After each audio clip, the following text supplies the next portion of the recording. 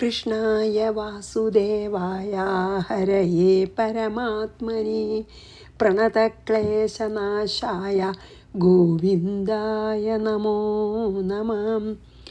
സർവമംഗളമംഗല്യേ ശിവേ സർവാർത്ഥസാധികേ ശരണ്യേ ത്രയംബകേ ഗൗരി നാരായണീ നമോസ്തുതേ. ശ്രീ ദുർഗായേ നമഃ. നമ്മളിന്ന് ചതുർത്ഥാധ്യായത്തിലേക്ക് നമ്മൾ കടക്കുകയാണല്ലോ. കഴിഞ്ഞല്ലോ നമ്മളെ 3-ാമത്തെ അധ്യായം. അപ്പോൾ നമ്മൾ അതിൽ കണ്ടെന്ന് വെച്ചാൽ സുമേധ മഹർഷി സുരഥനെയും സമാധിയും ദേവീമഹാത്മ്യം കഥ പറഞ്ഞു കേൾപ്പിക്കുകയാണല്ലോ നമ്മുടെ സന്ദർഭം അല്ലേ. അപ്പോൾ ദേവി എങ്ങനെയാണ് രജോ ഗുണം സ്വീകരിച്ച് എന്താ പറയുക, മഹാലക്ഷ്മിയുടെ രൂപത്തിൽ വന്നിട്ട് മഹാലക്ഷ്മി രൂപിണിയായിട്ട് ദേവന്മാരുടെ തേജസ്സിൽ നിന്നും അല്ലേ, ദേവന്മാരുടെ തേജസ് ഒത്തുകൂടിയിട്ടാണല്ലോ ഉണ്ടായതല്ലേ. അങ്ങനെ അവതരിച്ചാൽ, അതായത് ക്രിയേറ്റഡ് എന്നല്ല കേട്ടോ, ആ ദേവന്മാരുടെ ശക്തിയിൽ നിന്ന് സൃഷ്ടിക്കപ്പെട്ടതല്ല, ദേവന്മാരുടെ ശക്തിയിൽ കൂടി ദേവി ആവിർഭവിച്ചു എന്നേ ഉള്ളൂ. ദേവി എപ്പോഴും ഉണ്ട്, അവതരിച്ചു എന്നേ ഉള്ളൂ കേട്ടോ. അങ്ങനെ രജോ ഗുണം സ്വീകരിച്ച് ദേവന്മാരുടെ എല്ലാവരുടെയും ശക്തി സമാഹരിച്ച് ആ ശക്തിയിൽ കൂടി അവതരിച്ച ആ ഭഗവതിയാൽ മഹിഷാസുരൻ കൊല്ലപ്പെട്ടപ്പോൾ എങ്ങനെയാണ് ദേവന്മാർ ദേവിയെ സ്തുതിച്ചതെന്നാണ് ഇനിയിപ്പോൾ ചതുർത്ഥോധ്യായത്തിൽ കേട്ടോ. നമ്മൾ മഹിഷാസുരനെ വധിച്ചതൊക്കെ കണ്ടുല്ലോ. അപ്പം ഇനി ആ സന്തോഷത്തിൽ ദേവന്മാരെല്ലാവരും കൂടി ദേവേന്ദ്രനെ മുൻനിർത്തിയിട്ട് എങ്ങനെ ദേവിയെ സ്തുതിച്ചു. അപ്പോൾ ഈ ചതുർത്ഥാധ്യായത്തിൽ മുക്കാഭാഗവും ഇന്ദ്രനാൽ നയിക്കപ്പെട്ടുകൊണ്ടുള്ള, അതായത് ഇന്ദ്രനാൽ നയിക്കപ്പെടുന്ന ദേവന്മാരുടെ സ്തുതിയാണ് കേട്ടോ. ഇതിന് ശക്രസ്തുതി എന്നും പറയുന്നു, ഞാൻ വായിച്ചു. ശക്രം വെച്ചാൽ ഇന്ദ്രനാണല്ലോ, അപ്പോൾ ശക്രസ്തുതി എന്നും പറയത്രേ. പിന്നെ ഒരു കാര്യം എന്താ വെച്ചാൽ ഇതുവരെയുള്ള നമ്മളെ കണ്ട ശ്ലോകങ്ങളൊക്കെ അനുഷ്ടുപ്പാണ്. അതായത് 8 അക്ഷരം ഒരു വരിയിൽ, അങ്ങനെ 4 വരി 32 അക്ഷരങ്ങളാണ്. കുഞ്ഞു ശ്ലോകങ്ങളല്ല നമ്മൾ കണ്ടത്. ഇതിൽ കുറച്ച് വ്യത്യാസമുണ്ട്. ഇതിൽ വേറൊരു വൃത്താണ് ഉപയോഗിച്ചിരിക്കുന്നത്, വേറൊരു മീറ്ററാണ് അല്ലെങ്കിൽ വൃത്താണ്. മറ്റേത് അനുഷ്ടുപ്പ പറയും, അതായത് 8 അക്ഷരം വീതം 4 വരികളിലാകുമ്പോൾ അനുഷ്ടുപ്പാണ്. ഇത് വേറൊരു വൃത്തായിട്ടാണ്, കുറച്ച് വ്യത്യാസത്തിലുള്ള വസന്തതിലകം എന്നാണ്. ഇതിന് 56 അക്ഷരമുണ്ട് അത്ര ആകെ. നമുക്ക് നോക്കിയാൽ അറിയാം 56 അക്ഷരമുണ്ട്. പിന്നെ ഒന്നും കൂടി ഉണ്ട്, എല്ലാ സ്തുതികളിലും വെച്ച് ഏറ്റവും ഭംഗിയും ഗാംഭീര്യമുള്ള സ്തുതിയാണ് അത്ര ഈ ശക്രസ്തുതി അല്ലെങ്കിൽ ദേവന്മാരുടെ സ്തുതി എന്ന്. അപ്പം നമുക്കിനി ചതുർത്ഥോധ്യായം 1-ാം ശ്ലോകത്തിലേക്ക് നമുക്ക് പോവാം കേട്ടോ. ഞാൻ 1-ാമത്തെ ശ്ലോകം വായിക്കാം. തതസുരഗണ സർവേ ദേവ്യാ ഇന്ദ്രപുരോഗമാ സ്തുതിമാരേഭിരേ കർത്തും നിഹതേ മഹിഷാസുരേ. എന്താണ് പറഞ്ഞത്? മഹിഷാസുരേ നിഹതേ തതഃ സുരഗണ. മഹിഷാസുരവധത്തോടെ ദേവന്മാരൊക്കെ പുറത്തേക്ക് വന്നു. ഇതുവരെ ഒളിച്ചിരിക്കുകയായിരുന്നു അവർ. മഹിഷാസുരനെ പേടിച്ചിട്ട് എല്ലാവരും വന്നു. എന്നിട്ടോ സർവേ ദേവഗണ, അതായത് എല്ലാ തരത്തിലുള്ള ദേവന്മാരും, 30 മുക്കോടി ദേവന്മാരും. ലീഡർ ഇന്ദ്രനാണ്, ദേവേന്ദ്രനാണ്. അതായത് ഇപ്പം അതിൽ ഈ എന്താ പറയുക, നമ്മൾ പറയില്ലേ 11 രുദ്രന്മാർ, 11 രുദ്രന്മാർ, പിന്നെ ആദിത്യന്മാർ, 12 ആദിത്യന്മാർ, പിന്നെ വസുക്കൾ, അഷ്ടവസുക്കൾ, ഇങ്ങനെയുള്ള എല്ലാ ദിക്പാലകന്മാർ, അങ്ങനെയുണ്ടല്ലോ. എല്ലാ ദേവന്മാരും സന്തോഷമായിട്ട് പുറത്തേക്ക് വന്നു കേട്ടോ. പിന്നെ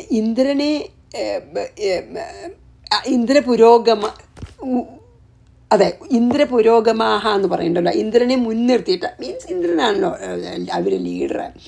ദേവ്യാഹ സ്തുതിം കർത്തും ആരേഭിരേ, ദേവിയെ സ്തുതിക്കാൻ ആരംഭിച്ചു എന്ന് പറയുകയാണ്. അതായത് ഇതിനിപ്പോൾ എന്താ സ്തുതിക്കാൻ, എന്താ വെറുതെ അങ്ങോട്ട് സ്തുതിച്ചാൽ പോരെ, വാക്കല്ലേ ഉള്ളൂ. ഒന്നും വേറെ നമുക്കിപ്പോൾ ഒരു യജ്ഞത്തിനോ ഒരു ഹോമത്തിനോ ഒക്കെ വട്ടം കൂട്ടുന്ന പോലെ സാധനങ്ങളൊക്കെ സംഭരിക്കുക, പൂവ്, നെയ്യ്, അങ്ങനെ സംഭരിക്കുക ഒന്നും വേണ്ടല്ലോ ഈ സ്തുതിക്കണേന്. വെറുതെ നമ്മൾ സ്തുതിക്കല്ലേ വേണ്ടൂ എന്ന് ചോദിച്ചാൽ അതോ എന്താണ് ആരംഭിച്ചു എന്ന് പറയാൻ തന്നെ കാരണം വെച്ചാൽ ഈ യജ്ഞങ്ങളും ഹോമങ്ങളൊക്കെ ചെയ്യണ പോലെ ദ്രവ്യങ്ങൾ ശേഖരിക്കുകയും ബാക്കി ഒരുക്കങ്ങൾ ചെയ്യുക ഒന്നും വേണ്ടാച്ചാലും സ്തുതി തുടങ്ങുന്നതിന് മുമ്പ് ഭഗവാനെ നമ്മൾ സ്തുതിക്കാൻ തുടങ്ങുന്നതിന് മുമ്പ് ഒരു കാര്യം, ഇത് നമുക്കും കൂടിയുള്ള പാഠം തന്നെയാണ്. എന്താ ഒരു കാര്യമുള്ളത്? നമ്മളെ ഇന്ദ്രിയങ്ങളൊക്കെ എപ്പോഴും ഇങ്ങനെ പുറത്തേക്ക് പോയിക്കൊണ്ടിരിക്കുകയല്ലേ, ബഹിർമുഖങ്ങളാണല്ലോ. അങ്ങനെ ബഹിർമുഖമായിട്ടുള്ള ഇന്ദ്രിയങ്ങളെ ആദ്യം അന്തർമുഖങ്ങളാക്കണം. അതായത് നമ്മൾ അഷ്ടാംഗയോഗത്തിൽ പറയുമല്ലോ, യമം നിയമമൊക്കെ അനുഷ്ഠിക്കുക, അത് കഴിഞ്ഞാൽ ആസനം അല്ലേ, നല്ല സുഖമായിട്ടുള്ള ഒരു പോസിൽ ഇരിക്കുക, സുഖാസനം, അതായത് കുറച്ച് നേരം നമുക്ക് ഇരിക്കാൻ പറ്റുന്ന ഒരു ആസനത്തിലിരിക്കുക. പിന്നെ യമോ നിയമം ജീവിതചര്യയാണ് കേട്ടോ. പിന്നെ ആസനം, നല്ല സുഖമായിട്ടുള്ള ആസനത്തിലിരിക്കുക. പ്രാണായാമം അതാണല്ലോ പിന്നെ പറയുക, കുറച്ച് ശുദ്ധി വരുത്താനൊക്കെ. പിന്നെ ബ്രീത്ത്, അതായത് ശ്വാസം നിയന്ത്രിക്കുക. പിന്നത്തെ എന്താ? പ്രത്യാഹാരം. അപ്പോൾ ഈ പ്രത്യാഹാരമാണ് ഇപ്പം ഇവിടെ പറഞ്ഞത്. എന്ത്? ഈ സ്തുതി തുടങ്ങുന്നതിൻ്റെ മുമ്പേ നല്ല സുഖമായിട്ട് ആസനമൊക്കെ വേണം, നല്ല സുഖമായിട്ടിരിക്കാൻ പറ്റുന്നൊരു ഇതിലിരിക്കുക. എന്നിട്ട് നല്ല ശ്വാസം വലിച്ച് അതൊക്കെ ശരിയാക്കുന്നിട്ട് പിന്നെ പ്രത്യാഹാരം വളരെ പ്രധാനം. അതായത് ഇന്ദ്രിയങ്ങളെ ഇങ്ങനെ പുറത്തേക്ക് വിട്ടാലേ, മനസ്സിനെ ഇന്ദ്രിയങ്ങളെ അങ്ങോട്ട് ടിക്കറ്റ് കൊടുത്ത് എവിടെ വേണമെങ്കിൽ പോക്കോളൂ എന്ന് പറഞ്ഞാൽ പിന്നെ നമുക്ക് സ്തുതിക്കണേനൊക്കെ വല്ല ഏകാഗ്രത ഒന്നും ഉണ്ടാവില്ലല്ലോ. അപ്പോൾ ആ പ്രത്യാഹാരമാണ് ഇവിടെ പറഞ്ഞത്. എന്താ? ഇന്ദ്രിയങ്ങളെയൊക്കെ അന്തർമുഖാക്കണം. നമ്മൾ പറഞ്ഞല്ലോ, പ്രത്യാഹാരം എന്ന് പറഞ്ഞാൽ ആമ വല്ലതും കണ്ടു അല്ലെങ്കിൽ പേടിക്കുക അല്ലെങ്കിൽ എന്തെങ്കിലും അതിന് പിന്നെ ഇത് വന്നു വെച്ചാൽ എന്താ ചെയ്യുക? ആമ എല്ലാ കാലുകളും അകത്തേക്കാണ് വലിക്കില്ലേ? അതുപോലെ നമ്മൾ എല്ലാ ഇന്ദ്രിയങ്ങളെയും, ബഹിർമുഖമായിട്ടുള്ള ഇന്ദ്രിയങ്ങളെ ആദ്യം അന്തർമുഖാക്കണം. എന്നിട്ട് നമ്മൾ ഏത് രൂപമാണ് ധ്യാനിക്കേണ്ടത്, അപ്പോൾ ദേവിയുടെ ആ രൂപത്തിനെ മനസ്സിൽ ധരിക്കണം. നല്ലോണം ധാരണ, അതായത് ക്ലാരിറ്റി, നല്ല വ്യക്തമായിട്ട് ഏത് രൂപ ധ്യാനിക്കേണ്ടതെന്ന് അങ്ങോട്ട് ഒരു ധാരണ വേണം. അത് കഴിഞ്ഞ് ധ്യാനം, എന്നിട്ട് വേണം സ്തുതിക്കാൻ. അങ്ങനെ ധ്യാനിച്ചുകൊണ്ട് വേണം സ്തുതിക്കാൻ. അത് നമ്മൾ തന്നെ എപ്പോഴും ചെയ്യേണ്ടതാണ്. വെറുതെ സ്തുതി. അപ്പോൾ ശരിക്കും പറയാച്ചാൽ യജ്ഞത്തിനും ഹോമത്തിനും ചെയ്യണ പോലെ സാധനങ്ങൾ ഒരുക്കൊന്നും വേണ്ടെങ്കിലും നമുക്ക് സ്തുതിക്കണമെങ്കിൽ മനസ്സിനെ ഒരുക്കണം. എങ്ങനെ? ഇന്ദ്രിയങ്ങളെ അകത്തേക്ക് വലിച്ച് ദേവിയുടെ വ്യക്തമായിട്ടുള്ള രൂപം മനസ്സിൽ ധരിച്ച് അതിനെ ധ്യാനിച്ചുകൊണ്ട് സ്തുതിക്കണം. ഈ ഏകാഗ്രത പിന്നെ കൊണ്ടുവരലാണ് ധ്യാനത്തിൽ ഈ സ്തോത്രം ചൊല്ലി സ്തുതിക്കുന്നതിൻ്റെ ആരംഭം എന്നുള്ള വാക്കുകൊണ്ട് അതാണ് ഉദ്ദേശിച്ചതെന്ന് പറഞ്ഞു. അതെനിക്ക് വളരെ ഞാനൊരു വ്യാഖ്യാനത്തിൽ വായിച്ചാണ്, അത് വളരെ എനിക്ക് ശരിയായിട്ട് തോന്നി. നമ്മളെപ്പോഴും അത് ആലോചിക്കേണ്ടതാണ്. നമ്മൾ മനസ്സിനെ നല്ല ഏകാഗ്രമാക്കി നിർത്തണം. ഇങ്ങനെ പ്രത്യാഹാരവും ധാരണയും ധാരണവും ഈവൻ പറ്റുക നമുക്ക് വേണമെങ്കിൽ പ്രാണായാമവും സുഖാസനത്തിലിരുന്ന് പ്രാണായാമം ചെയ്ത് പ്രത്യാഹാരം ചെയ്ത് ധാരണ, അതായത് വ്യക്തമായിട്ടുള്ള ആ ധ്യാനിക്കേണ്ട രൂപത്തിനെ ധരിച്ച് ധ്യാനിക്കണം ഏകാഗ്രതയോടെ. എന്നിട്ട് വേണം സ്തുതിക്കാൻ. അപ്പം ശരിക്കും അതിൻ്റെ അത് കിട്ടുമല്ലേ. അതിനാണ് അത്ര ആരംഭിക്കുക. ആരേഭിരേ ദേവിയെ സ്തുതിക്കാൻ തുടങ്ങി എന്ന് പറഞ്ഞുപോലെ. അപ്പോൾ കുറച്ചൊരു പ്രിപ്പറേഷനോട് കൂടിയിട്ടാണ് എന്ന് പറയുകയാണ് കേട്ടോ. അപ്പം ഞാൻ ഒന്ന് വായിച്ച് നമുക്ക് രണ്ടിലേക്ക് പോവാം. തതസ്സുരഗണ സർവേ ദേവ്യ ഇന്ദ്രപുരോഗമാ സ്തുതിമാരേഭിരേ കർത്തും നിഹതേ മഹിഷാസുരേ. ഇനി രണ്ടാമത്തെ ശ്ലോകം വായിക്കാം. മൂന്നാമത്തെ തൊട്ടാ ശരിക്കും സ്തുതി തുടങ്ങണം കേട്ടോ. ശക്രാദയ സുരഗണാ നിഹതേതി വീര്യേ തസ്മിൻ ദുരാത്മനി സുരാരിബലേ ച ദേവ്യ താം തുഷ്ടു പ്രണതി നമ്രശിരോധരാം സാ വാഗ്ഭിപ്രഹർഷപുളകോദ്ഗമ ചാരുദേഹാഹ. എന്താണ്? സുരഗണാം താം ദേവീം തുഷ്ടുവു. ആ ദേവസമൂഹം, അതായത് ദേവേന്ദ്രനാൽ നയിക്കപ്പെടുന്ന ദേവസമൂഹം മുഴുവൻ ദേവിയെ സ്തുതിച്ചു. എല്ലാവരും കൂടി സ്തുതിച്ചു എന്ന് പറയാൻ വയ്ക്കും നിശ്ചല്യ. കാരണം ശക്രനാണ്, ശക്രാദയ എന്ന് പറയുന്നുണ്ടല്ലോ, ശക്രാദയ എന്ന് പറയണ്ട, ശക്രനെ മുൻനിർത്തിയിട്ട്, അതായത് എല്ലാവരെയും പ്രതിനിധീകരിച്ചുകൊണ്ട് ദേവേന്ദ്രൻ സ്തുതിച്ചു എന്നും പറയാം. അപ്പോൾ സ്തുതിച്ച സമയം ഏതാ? ഏത് സമയത്താണ് സ്തുതിച്ചത്? അതിവീര്യെ മഹിഷാസുരേ നിഹതേ. അതായത് മഹിഷാസുരൻ വളരെ വീരശൂര പരാക്രമിയായിട്ടുള്ള മഹിഷാസുരൻ ദേവിയാൽ വധിക്കപ്പെട്ടപ്പോഴാണ് ഈ സ്തുതിച്ചത്. എങ്ങനത്തെ മഹിഷാസുരൻ എന്നാണ്. അപ്പോൾ ശരിക്കും പറയാച്ചാൽ എന്താണ്, ഒരു കൊന്നൊരാളെ സ്തുതിക്കേണ്ട ആവശ്യമുണ്ടോ എന്ന് നമുക്ക് തോന്നുമല്ലേ. ശരി വെച്ചാൽ വധം എന്ന് പറഞ്ഞാൽ ഒരു നല്ല കാര്യമല്ലല്ലോ നമ്മളെ സാധാരണ നമ്മൾ ആലോചിക്കുമ്പോൾ. അപ്പോൾ വധിച്ചൊരാളെ എങ്ങനെയാണ് സ്തുതിക്കണമെന്ന് ചോദിച്ചാൽ തസ്മിൻ ദുരാത്മനി, അത് വധാർഹനായിട്ടുള്ള ദുഷ്ടബുദ്ധിയായിട്ടുള്ള അവനെ, ഒരു ദുഷ്ടനെ കൊന്നാൽ സത്യം പറഞ്ഞാൽ സ്തുതിക്കുക തന്നെ വേണം വധാണെങ്കിലും. എന്താ വെച്ചാൽ ദുഷ്ടനെ കൊന്ന അനവധി ആൾക്കാർക്ക് ക്ഷേമവും രക്ഷയൊക്കെ ഉണ്ടാവുമല്ലോ. അതുകൊണ്ടാണ് ദുരാത്മനി, തസ്മിൻ ദുരാത്മനി എന്ന് പറഞ്ഞത്. വെറുതെ ഒരാളല്ല കൊന്നത്, ഒരു ദുരാത്മാവിനെ, ദുഷ്ബുദ്ധി അല്ലെങ്കിൽ ദുഷ്ടബുദ്ധിയായിട്ടുള്ള അവനെയാണ് കൊന്നത്. അതുകൊണ്ടാണ് വധിച്ച ആളെ സ്തുതിക്കണത്. വെറുതെ നമ്മൾ വല്ലവരും വധിച്ച ഒരാളെ സ്തുതിക്കുകയോ വയ്യാന്ന് നമുക്ക് തോന്നും ഇല്ലേ. പക്ഷേ ഒരു ദുഷ്ടബുദ്ധിയെ സ്തുതിച്ചാൽ എന്താണ്, ലോകത്തിന് ക്ഷേമ. അങ്ങനെ ദുഷ്ടബുദ്ധിയായിട്ടുള്ള ഒരാളെ സ്തുതിച്ചാൽ പാപമില്ല, കാരണം ലോകത്തിന് രക്ഷിക്കല്ലേ. അതുകൊണ്ടാണ് വധിച്ചിട്ടും വധിച്ചപ്പോൾ സന്തോഷത്തോടു കൂടി സ്തുതിക്കണത്. അതാണ് തസ്മിൻ ദുരാത്മനി. അതായത് സത്യം പറഞ്ഞാൽ ആ വധം ഒരു പുണ്യമാണ് അല്ലേ. അതുമാത്രമല്ല ദേവ്യ സുരാരിബലേച്ച നിഹതേ. ആ മഹിഷാസുരൻ എന്നുള്ള ദുഷ്ടബുദ്ധിയെ മാത്രമല്ല കൊന്നുള്ളൂ, ഭഗവതിയാൽ സുരാരി ബലെ, ആ അസുരപ്പടയും വധിക്കപ്പെട്ടു. എല്ലാവരെയും മഹിഷാസുരൻ്റെ സൈന്യത്തിനെ അല്ലേ. അപ്പോഴാണ് ദേവന്മാർ സ്തുതിച്ചത്. എങ്ങനെയാണ് സ്തുതിച്ചത്? അത്രയ്ക്ക് അവർക്ക് നന്ദി, ഗ്രാറ്റിറ്റ്യൂഡ്, അത്ര നന്ദി അവർക്ക്. കാരണം അപ്പം അത്രയ്ക്ക് സന്തോഷമായി അവർക്ക്. ഭയങ്കര ഒരു കടപ്പാട്. അത് കാരണം എന്താണ്, പ്രണതി നമ്രശിരോധരാംസം, സാഷ്ടാംഗ പ്രണാമം തന്നെ ചെയ്തു. അതായത് കഴുത്തും ചുമലും ഒക്കെ മുട്ടിക്കൊണ്ടെന്ന് പറഞ്ഞാൽ ശരിക്കും സാഷ്ടാംഗ പ്രണാമം തന്നെ പറയാം നമുക്ക്. എല്ലാ ഭാഗവും തൊട്ടുകൊണ്ടുള്ള നമസ്കാരം ചെയ്തു അവർ. സ്തുതിച്ചിട്ടേ അതായത് നമസ്കരിച്ചും കൊണ്ട് സ്തുതിക്കുകയാണ്. അതായത് ഇപ്പോൾ ഈ സാഷ്ടാംഗ പ്രണാമം വെച്ചാൽ നമ്മൾ പറയൂലേ 8 ഭാഗം തൊടണം ദേഹം എന്നൊക്കെ അല്ലേ. അതായത് നമ്മുടെ മാറ്, ചെസ്റ്റ്, പിന്നെ തല, പിന്നെ വായ, ചുണ്ട്, അത് ആ ഭാഗം വായ എന്ന് പറയാം. പിന്നെ മനസ്സ്, 2 കണ്ണ്, 2 കാല്, 2 കയ്യ്, 2 മുട്ട, ഇതൊക്കെ നിലത്ത് തൊടും. അങ്ങനെയുള്ളതിനെ അഷ്ടാംഗ പ്രണാമം എന്ന് പറഞ്ഞു. അപ്പോൾ വെറുതെ അല്ല സ്തുതിച്ചത്, നമസ്കരിച്ചുകൊണ്ട് സ്തുതിച്ചു. വാഗ്ഭിഹി, വാക്കുകൾ കൊണ്ട് സ്തുതിച്ചു. എങ്ങനെ അത് സ്തുതിക്കണ സമയത്ത് വെറുതെ അങ്ങോട്ട് സ്തുതിക്കുന്നല്ല, അത്ര ഏകാഗ്രത ഉണ്ട് അവർക്ക്.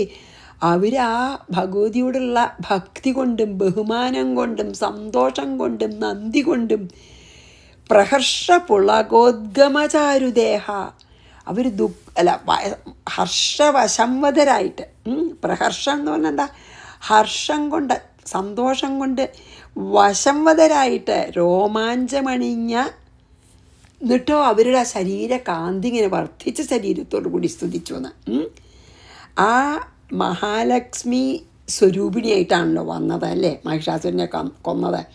രജോ ഗുണം സ്വീകരിച്ച മഹാലക്ഷ്മി സ്വരൂപിണിയാൽ ആ പരാക്രമിയായിട്ടുള്ള ദുഷ്ടബുദ്ധിയായിട്ടുള്ള മഹിഷാസുരനും സൈന്യവും വധിക്കപ്പെട്ടപ്പോൾ ഇന്ദ്രൻ മുതലായ ദേവന്മാർ സാഷ്ടാംഗ പ്രണാമം ചെയ്ത് മനസ്സ് നിറഞ്ഞ സന്തോഷം കൊണ്ട് രോമാഞ്ചകഞ്ചുകിതരായി എന്നൊക്കെ പറയാം അല്ലേ.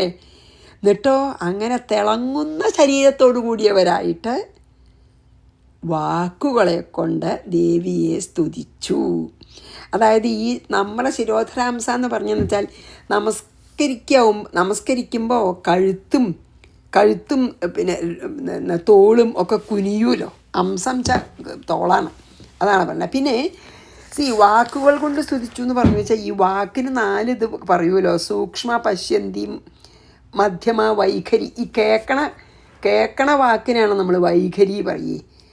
അതിൻ്റെ മുമ്പേ നമ്മുടെ ഉള്ളിൽ നിന്ന് പുറപ്പെടുന്നതിൻ്റെ അതിൻ്റെ തൊട്ട് മുമ്പുള്ളത് മധ്യമ പറയും. പിന്നെ അതൊന്നും നമുക്ക് കേൾക്കാൻ പറ്റില്ല. പശ്യന്തി അതും പറ്റില്ല.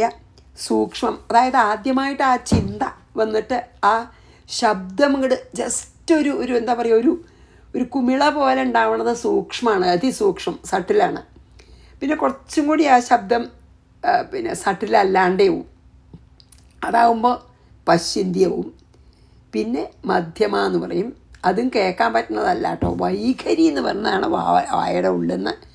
അപ്പോൾ അതായത് സാധാരണ നമുക്കത്ര പറഞ്ഞാൽ മതി. വാക്കുകൊണ്ട് സ്തുതിച്ചു പറഞ്ഞാൽ വെറും വാക്കല്ല, വളരെ അർത്ഥവത്തും വളരെ ഭംഗിയുള്ളതും വളരെ വിനയത്തോടു കൂടിയുമുള്ള വാക്കുകളാൽ സ്തുതിച്ചു എന്ന് തന്നെ പറയണം. മനസ്സിലായില്ലേ? അപ്പോൾ പിന്നെ ശരിക്കും അവർ വേണ്ട പോലെ ആരംഭിച്ചു. അതായത് പ്രത്യാഹാരവും പിന്നെ എന്താണ് പ്രാണായാമവും പ്രത്യാഹാരവും ഒക്കെ ചെയ്ത ധാരണയും ധ്യാനവുമായി ഏകാഗ്രതയോട് കൂടിയിട്ട് ആ എന്താണ് മഹാലക്ഷ്മിയാൽ വീരപരാക്രമിയായ ദുഷ്ടബുദ്ധിയായിട്ടുള്ള ആ മഹേശ്വരനും സൈന്യവും വധിക്കപ്പെട്ട സമയത്ത് ഇവർ സാഷ്ടാംഗ പ്രണാമം ചെയ്തിട്ട് നിറഞ്ഞ സന്തോഷത്തോടുകൂടി രോമാഞ്ചകഞ്ചുകരായിട്ട് അവരുടെ ശരീരം തന്നെ ഇങ്ങനെ തിളങ്ങണു. അങ്ങനത്തെ ശരീരത്തോട് കൂടിയിട്ട് ദേവിയെ സ്തുതിച്ചു എന്നാണ് ഈ ഒരു ശ്ലോകത്തിൽ. അപ്പോൾ ശക്രാദയ സുരഗണാ നിഹതേതി വീര്യേ തസ്മിൻ ദുരാത്മനി സുരാരിബലേ ച ദേവ്യാ താം തുഷ്ടു പ്രണതി നമ്രശിരോധരാം സാ വാഗ്ഭി പ്രഹർഷപുളകോദ്ഗമ ചാരുദേഹാ. ഇനി നമുക്ക് ശരിക്കുള്ള സ്തുതി ഈ മൂന്നാമത്തെ ശ്ലോകത്തിലാണ്. ഇതുവരെ സ്തുതിച്ചു എന്ന് പറഞ്ഞല്ലേ ഉള്ളൂ. ഈ ആ സ്തുതിയാണ് നമ്മൾ മൂന്നാമത്തെ. വളരെ ഫേമസ് ആണല്ലോ ഈ സ്തുതിയൊക്കെ, നല്ല ഭംഗിയുണ്ട്, ഗാംഭീര്യമൊക്കെ ഉണ്ട്. അപ്പം നമുക്ക് ശരിക്കും ആ സ്തുതി തുടങ്ങാം കേട്ടോ. മൂന്നാമത്തെ ശ്ലോകം. ദേവ്യായയാ തദമിദം ജഗദാത്മശക്ത്യാ നിശേഷദേവഗണശക്തി സമൂഹമൂർത്തിയാ താമംബികാമഖിലദേവമഹർഷി പൂജ്യം ഭക്ത്യാ നാഥാഹസ്മ വിദധാതു ശുഭാനി സാന. നോക്കാം അതിൻ്റെ അർത്ഥം കേട്ടോ. നിശേഷ ദേവഗണ ശക്തി സമൂഹമൂർത്തിയ എന്ന് പറഞ്ഞാൽ എന്താ? ഓർമ്മയില്ലേ നമ്മളെങ്ങനെ ദേവി അവതരിച്ചത്? ദേവി എപ്പോഴും ഉണ്ട് കേട്ടോ അവിടെ. ഒരിക്കലും ജനനം മരണമൊന്നും ഇല്ലയെന്ന് നമ്മൾ പറഞ്ഞില്ലേ, നിത്യമാണെന്ന് പറഞ്ഞു. പക്ഷേ ഈ രൂപത്തിൽ അവതരിച്ചു, അതാണ് പറയണത്. നമ്മൾ പറഞ്ഞൂല്ലേ, എന്താ പറഞ്ഞ? സകല ദേവന്മാരുടെയും നിശേഷ ദേവഗണ, എല്ലാ ദേവന്മാരുടെയും ശക്തി സമൂഹത്തിനെ സമാഹരിച്ച. ഓർമ്മയില്ലേ, എല്ലാവരുടെ മേലിൽ നിന്ന് ഓരോ തേജോ ഗോളം വന്നു. ആ എല്ലാ തേജോ ഗോളങ്ങളും കൂടി ഒത്തുകൂടി എന്നിട്ടൊരു നാരീ രൂപം ഉണ്ടായി. അങ്ങനെയാണല്ലോ ഭഗവതി ഉണ്ടായതല്ല, ശരിക്കും സൃഷ്ടിച്ചതല്ല, മൂർത്തീകരിച്ചു എന്നേ ഉള്ളൂ. അങ്ങനെ അവതരിച്ചതാണ് കേട്ടോ. ഭഗവതി എന്നുണ്ട്. ഈ ദേവന്മാരുടെ ശക്തി സമാഹരിച്ച് ഒരു അവതാരം എടുത്തതാണ്. അതാണ് നിശേഷ ദേവഗണ ശക്തി സമൂഹമൂർത്തി. ആ സകല ദേവന്മാരുടെയും ശക്തി സമാഹരിച്ച് ശരീരം എടുത്തതാണ് കേട്ടോ ദേവിയുടെ ഇഷ്ടത്തിന്. യയാ ദേവ്യ ആത്മശക്തിയ, ആ യാതൊരു ദേവി ഇങ്ങനെ അവതരിച്ച ആ ദേവിയാൽ ആത്മശക്തിയ സ്വന്തം ശക്തി കൊണ്ട് ഇമം ജഗത് തതം, ഈ ജഗത്ത് നിറഞ്ഞിരിക്കുന്നുവോ. അതായത് ജഗത്തിനെ സൃഷ്ടിച്ചതും ദേവി, ജഗത്ത് മുഴുവൻ നിറഞ്ഞിരിക്കുന്നതും ദേവി അല്ലേ. ഓൾ പെർവൈഡിങ് ആണ്. സൃഷ്ടിച്ചതും ദേവി, അല്ലാതൊന്നുമില്ല. അങ്ങനെയല്ലേ. അഖില മഹർഷി പൂജ്യം, ഈ ദേവി എങ്ങനെയുള്ള ആളാണ്? സകല ദേവന്മാർക്കും മഹർഷിമാർക്കും പൂജനീയയാണ്. അഖില ദേവ മഹർഷി പൂജ്യം, എല്ലാ ദേവന്മാർക്കും ഇൻക്ലൂഡിങ് ബ്രഹ്മ വിഷ്ണു മഹേശ്വരന്മാർക്കും പിന്നെ ദേവേന്ദ്രൻ തൊട്ടുള്ള 30 മുക്കോടി ദേവകൾക്കും വലിയ വലിയ മഹർഷിമാർക്കും പൂജനീയയായ ദേവിയെ താം അംബിക, ആ അംബികാദേവിയെ ഭക്ത്യാഹ നാഥാസ്മ, ഞങ്ങൾ ഭക്തിയോടെ നമിക്കുന്നു. സ്തുതിയാണല്ലോ, തുടങ്ങിയ സ്തുതി പറഞ്ഞില്ലേ. ഞങ്ങളെ ദേവന്മാർ പറയാണ്, ഈ ദേവി ഞങ്ങളിതാ എല്ലാവരാലും പൂജനീയയായ ആ ദേവിയെ ഞങ്ങളിതാ ഭക്തിയോടെ നമിക്കുന്നു. ആ ദേവി ശുഭാനി വിദധാതു, എല്ലാ മംഗളങ്ങളും അരുളട്ടെ. അതാണ് സ്തുതി, ഇത് ആദ്യത്തെ ശ്ലോകം കേട്ടോ. അതായത് ഈ കണ്ട ദേവഗണങ്ങളുടെ മുഴുവൻ ശക്തി തന്നെ മൂർത്തി രൂപം പൂണ്ടതാണ് കേട്ടോ ദേവി. അല്ലാതെ ദേവി സൃഷ്ടിക്കപ്പെട്ടതല്ല. അത് നമ്മൾ നല്ലോണം അറിയണം. കാരണം ദേവി എപ്പോഴും ഉണ്ട്. ഈ ശക്തി എടുത്തിട്ടങ്ങോട്ട് അവതരിച്ചു, അത്രയേ ഉള്ളൂ. അതാണ് അവരുടെ ശക്തി തന്നെ ഒരു മൂർത്തി രൂപം പൂണ്ടതാണ് ദേവി. അതായത് എന്നിട്ട് മാത്രമല്ല, ദേവി ജഗത്ത് സൃഷ്ടിക്കും, അതിൽ നിറഞ്ഞു നിൽക്കുകയും ചെയ്യണു. അപ്പോൾ പിന്നെ ഇതില്ലേ, ഈശോവാസ്യമിതം സർവം യത്കിഞ്ച ജഗത്യാം ജഗത്ത് എന്ന് പറയുന്നുണ്ടല്ലോ. അതായത് സകല ചരാചരങ്ങളുടെയും ഉള്ളിലും പുറത്തും ദേവിയുണ്ട്. അതുമാത്രമല്ല, എല്ലാവരും പൂജനീയാണ്. ദേവി തന്നെ പറയുന്നുണ്ട്, ഞാനാണ് എല്ലാവരിലും പൂജനീയ. അതായത് മോസ്റ്റ് വർത്തി ഓഫ് വർഷിപ്പ്, അങ്ങനെ പറയുമല്ലോ. മോസ്റ്റ് വർത്തി ഓഫ് വർഷിപ്പ് ചെയ്യാൻ ഏറ്റവും അർഹയായിട്ടുള്ളത്. ആൻഡ് ഓൾസോ ഈ തേജസ്സിൽ നിന്നൊന്നും സൃഷ്ടിക്കപ്പെട്ടതല്ല, പക്ഷേ അവതരിച്ചതാണ് ഈ ദേവി. ആ ദേവിയെ ഞങ്ങൾ നമിക്കുന്നു. എന്നിട്ടോ ആ ദേവി ഞങ്ങൾക്ക് മംഗളം അരുളട്ടെ. അതാണ് വളരെ നല്ല അർത്ഥം അല്ലേ. എപ്പോൾ വേണമെങ്കിൽ നമുക്കത് പ്രാർത്ഥിക്കാവുന്ന ഒരു പ്രാർത്ഥനയാണ്. മംഗളം അരുളട്ടെ എന്ന് മാത്രമല്ലേ പറയുള്ളൂ. എത്ര നല്ല പ്രാർത്ഥനയാണതല്ലേ. ഈ ലോകം സൃഷ്ടിക്കുകയും അതിന് മുഴുവൻ നിറങ്ങി നിൽക്കുകയും ചെയ്യണ എല്ലാവരാലും പൂജനീയയായ ദേവി ഞങ്ങൾ നമസ്കരിക്കുന്നു, ഞങ്ങൾക്ക് മംഗളം അരുളട്ടെ. അതാണ് കേട്ടോ. ഇനി 3 വായിച്ച് 4 കൂടി ചെയ്യാമെന്ന് വിചാരിക്കാം നമുക്ക്. ദേവ്യായ തദമിദം ജഗദാത്മശക്ത്യാ നിശേഷദേവഗണശക്തി സമൂഹമൂർത്തിയാ താമംബികാമഖിലദേവമഹർഷി പൂജ്യം ഭക്ത്യാ നതാ സ്മ വിദധാതു ശുഭാനി സാ. ഇനി 4. യസ്യാ പ്രഭാവമതുലം ഭഗവാനനന്ദോ ബ്രഹ്മാഹരശ്ച നഹി വക്തുമലം ബലം ച സാ ചണ്ഡികാഖില ജഗത് പരിപാലനായ നാശായ ചാശുഭചയസ്യ മതിം കരോതു. അശുഭചയസ്യ നാട്ടോ, മതിം കരോതു. നാശായ ചാശുഭചയസ്യ മതിം കരോതു എന്നാണ്. നോക്കാം. ഈ സ്തുതിയുടെ തുടക്കത്തിൽ തന്നെ ആദ്യം നമസ്കരിക്കുക ചെയ്തത് അല്ലേ. നോക്കൂ, ഞങ്ങൾ നമസ്കരിക്കണമെന്ന് പറഞ്ഞു. അതിനെന്താ കാരണം അറിയോ? നമസ്കാരമാണ്, അത് ഭാഗവതത്തിലും പറയുന്നുണ്ട്, നമസ്കാരമാണ് അത്രേ ഏറ്റവും നല്ല ഒരു പ്രണാമം. ഭഗവാനെ വന്ദിക്കുന്നതിലെ ഏറ്റവും വലുത് നമസ്കാരമാണ് അത്രേ. എന്താ നമസ്കാരം എന്ന് പറഞ്ഞാൽ നമ്മൾ അവനവനെ തന്നെ സമർപ്പിക്കുകയാണ്. അതാണ്. അതുകൊണ്ടാണ് നമസ്കാരമാണ് ഏറ്റവും വലിയ വന്ദനം എന്ന് പറയുന്നത്. അപ്പോൾ ആദ്യം തന്നെ ദേവന്മാരെന്താ ചെയ്തത്? നമസ്കരിച്ചു, മംഗളം തന്നരുളേന്ന് പറഞ്ഞു. അപ്പോൾ നമസ്കാരം കഴിഞ്ഞിട്ടാണ് പ്രാർത്ഥന നടത്തിയത് ദേവന്മാർ. അതിന് കാരണം വെച്ചാൽ ഭഗവതിയുടെ വേറൊരു കാരണമുണ്ട്. ഏറ്റവും വലിയൊരു വന്ദനാണ് നമസ്കാരം എന്ന ഒരു കാരണം. രണ്ടാമത്തെ കാരണം എന്താ വെച്ചാൽ ഭഗവതിയുടെ മാഹാത്മ്യത്തെയും പ്രഭാവത്തെയും വാക്കുകൊണ്ട് നമുക്ക് വേണ്ടത്ര സ്തുതിക്കാൻ ആർക്കും കഴിയില്ല. അപ്പോൾ നമസ്കാരമാണ് ഏറ്റവും വലിയ വന്ദനം. അതങ്ങോട്ട് ചെയ്താൽ ഇനി പിന്നെ അതിൽ താഴെയുള്ളൂ എല്ലാതും. മാത്രമല്ല, ഈ വാക്കുകൊണ്ടൊക്കെ നമ്മൾ സ്തുതിക്കാൻ ശ്രമിക്കണു. ഭഗവതിയുടെ മാഹാത്മ്യത്തിനെ നമുക്ക് എത്ര വളരെ വലിയ വിദഗ്ധനാണ് വെച്ചാലും കൂടി, വാഗ്മിയാണെങ്കിലും കൂടിയും ഭഗവതിയെ വേണ്ടത്ര സ്തുതിക്കാൻ സാധിക്കില്ല. അപ്പോൾ അതുകൊണ്ടാണ് ആദ്യം നമസ്കരിച്ചത്. കാരണം ബിയോണ്ട് വേർഡ്സാണ്. അതുകൊണ്ടാണ് കേട്ടോ. അതായത് വാക്കുകൾക്ക് മനസ്സിനും എല്ലാറ്റിനും അതീതല്ലേ ശക്തി, ഭഗവതിയുടെ ശക്തി. അപ്പോൾ ആ ഭഗവതിയുടെ മഹാത്മ്യം വാക്കുകൊണ്ടെന്ന് പറയാൻ പറ്റില്ല. ആദ്യം ഞങ്ങൾ നമസ്കരിച്ചു. ഇനി അതായത് അവനവനെ തന്നെ സമർപ്പിക്കാനാണല്ലോ ഈ നമസ്കാരേ. അതുകൊണ്ട് അതങ്ങോട്ട് ചെയ്തു ആദ്യം. അതായത് കഠോപനിഷത്തൊക്കെ പറയുന്നുണ്ട്, എന്താ അറിയോ, അത് അതാണ് ഏറ്റവും വലിയ നമസ്കാരം, വന്ദനം എന്നേ ഭാഗവതം പറയുന്നുണ്ട് കേട്ടോ. ഇനി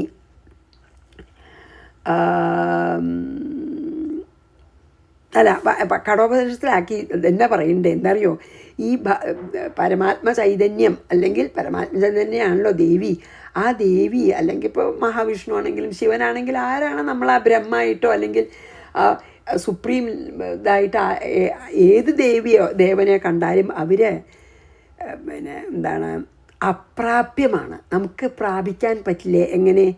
നൈവ വാച ന മനസ പ്രാപ്തും ശക്യോ ന ചക്ഷുഷ. അതായത് വാക്കുകൊണ്ടോ മനസ്സുകൊണ്ടോ നമുക്ക് എത്ര സമർത്ഥനായാലും നമുക്ക് പ്രാപിക്കാൻ പറ്റില്ല. അതായത് എന്താ അറിയോ, നമുക്ക് ആ ശക്തി ആയിത്തീരാനേ പറ്റുള്ളൂ. ആ ശക്തിയെ നമുക്ക് വാക്കുകൊണ്ടൊന്ന് പറഞ്ഞ് മനസ്സിലാക്കാനോ മനസ്സ് കൊണ്ട് മനസ്സിലാക്കാനോ ഒന്നും പറ്റില്ല, എത്ര സമർത്ഥനാണെങ്കിലും പറ്റില്ല. അതുകൊണ്ടാണ് ആദ്യം അവർ നമസ്കരിച്ചതാണ് അർത്ഥം. ഇനി ഞാൻ അർത്ഥം പറയാം. യസ്യ യാതൊരു ദേവിയുടെ അതുലം പ്രഭാവം ബലം ച വക്തും ഭഗവാൻ അനന്തഃ അഭി അലം നഹി. അതായത് അതായത് ഉപമയില്ലാത്ത നിസ്തുലമായ ഭഗവതിയുടെ പ്രഭാവത്തെയും ശക്തിയും അറിയാനും വർണ്ണിക്കാനും 1000 നാവുള്ള അനന്തനും കൂടി സാധ്യമല്ല. അതാണ് അനന്തഃ അഭി അലം നഹീന്ന്. അത് പറ്റില്ല. 1000 നാവുള്ള അനന്തനും കൂടും ഭഗവതിയുടെ പ്രഭാവവും ബലവും ഒന്നും വർണ്ണിക്കാനുള്ള ശക്തി ഇല്ല, സാധിക്കില്ല. ബ്രഹ്മാഹ ഹരഹ ചാലം നഹി. ബ്രഹ്മാവിനോ ശിവനോ ദേവിയുടെ മഹാത്മ്യം അറിയാനോ വർണ്ണിക്കാനോ സാധിക്കില്ല. സാ ചണ്ഡിക, ആ ചണ്ഡികാദേവി അഖില ജഗത് പരിപാലനായ മുഴുവൻ ലോകത്തിൻ്റെയും പരിപാലനത്തിനായിക്കൊണ്ട് അശുഭചയസ്യ നാശായ, മാത്രമല്ല അമംഗള സമൂഹങ്ങളുടെ നാശത്തിനായിക്കൊണ്ട്, അശുഭം ചെന്ത അമംഗളം അല്ലേ, അപ്പം അശുഭ സമൂഹത്തിൻ്റെ നാശത്തിനായിക്കൊണ്ട് മതിം കരോതു, ബുദ്ധിയെ ചെയ്യട്ടെ, അല്ലെങ്കിൽ അതിനുവേണ്ടി ഭഗവതി മനസ്സ് വയ്ക്കട്ടെ. എത്ര സമർത്ഥർ ആയിട്ടുള്ളവർക്കും ദേവിയുടെ പ്രഭാവം വർണ്ണിക്കാൻ കഴിയില്ല. അതുകൊണ്ടാണ് ആദ്യം നമസ്കരിച്ചത്. എന്നിട്ട് പറയാണ് 1000 നാവുള്ള അനന്തന് പോലും വർണ്ണിക്കാൻ പറ്റാത്ത മാഹാത്മ്യമാണ് ദേവിയുടെ, പ്രഭാവമാണ്, ബലാണ്, ശക്തി. മാത്രമല്ല 1000 നാവുള്ള അനന്തനെന്നല്ല, ബ്രഹ്മാവിനും ശിവനും കൂടി ദേവിയുടെ മാഹാത്മ്യവും പ്രഭാവവും ബലവും വർണ്ണിക്കാൻ സാധിക്കില്ല.